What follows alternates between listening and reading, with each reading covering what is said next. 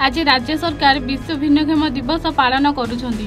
धूमधाम रे उक्त दिवस को जीवाकू दिव्यांग को घरोई बस बारण करने बड़ विडंबनार विषय बोली भिन्नक्षम कर्मी प्रकाश चंद्र साहू गभीर दुख प्रकाश करिसेंती।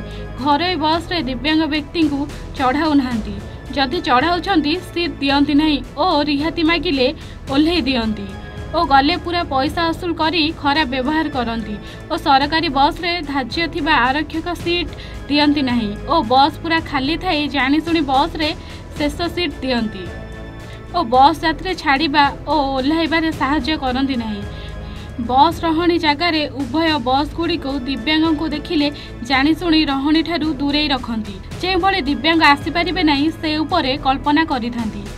एही परिप्रेक्षी में विहित कार्यानुष्ठान करने सह समस्त घरे और सरकारी बस भितर बस स्टैंड रे और बस स्टैंड दिव्यांग मानक सुविधा और परिवहन यातायात से अधिकार और रिहाती घोषणा संबंधी सनंद पत्र फलक लगाई आंचलिक परिवहन अधिकारी श्री साहू नेतृत्व में दिव्यांग हापी शिव भोल दिवाकर व्यक्तिगण भंजनगर आंचलिक परिवहन अधिकारी भागीरथी नायक को दाबीपत्र देइछंती। गोटे स्वेच्छासेवी मुझे भिन्नक्षम कर्मी कौन कहबे आज कौन अभियोग थिला आज देखो भिन्नक्षम दिवस समस्त भिन्नक्षम भाई मान मोर हार्दिक माने स्वागत शुभेच्छा। आमर अधिकार बाटवरण हो देखो आज आम आंचलिक परिवहन भंजनगर द्वारस्थ होलु जेतु घरे बस रे आमको माने नियंती नहीं, जदि नियंती जबरदस्त माने भावे पैसा नियंती रिहाती आमको दियंती नहीं, आमको सीट भी दवा भी मना करती। आम माने भिन्नक्षम देखिले गाड़ी बहुत दूर रखती जमी आम प्रवेश करूनु आ गंतव्य जीवा आसवाई आमको माने बारण करती।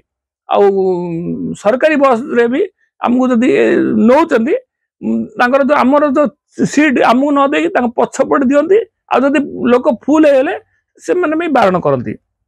से उद्देश्य बर्तमान आम द्वारस्थ आरटीओ जेहेतु आरटीओ आमर कहते से मीटिंग करी आर समाधान करने बर्तमान आम चाहूँ ए दिगरे प्रशासन जत्न हवा। अच्छा भिन्नक्षम मान साधारणतः स्वतंत्र संरक्षण स्थान थाए बसिया पे सीट आम दुईटी सीट अच्छी बर्तमान सरकारी बस रे सब माने प्राइवेट बस रे भी दुईटी सीट अच्छी, मात्र से सीट आमको ना मिलूची ना आमर अधिकार विषय सचेतन से सरकार को अनुरोध करछि प्रति बस स्टैंड रे बर्तमान आमर भिन्नक्षम अधिनियम अधिकार जो अधिनियम माने सनंद पत्र सिटीजन चार्टर मारिक आम भिन्नक्षम को जनातु फल समस्त उपकृत हो पार।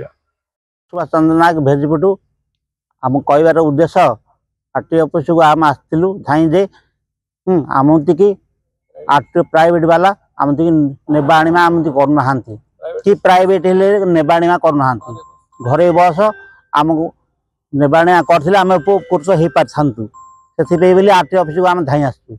आरटीओ कोन कहले आरटीओ कहले जे ए कथा आपण मानकु मु पर कहि बेली। भंजनगर पुरुषोत्तम महापात्र रिपोर्ट A1 ओडिशा।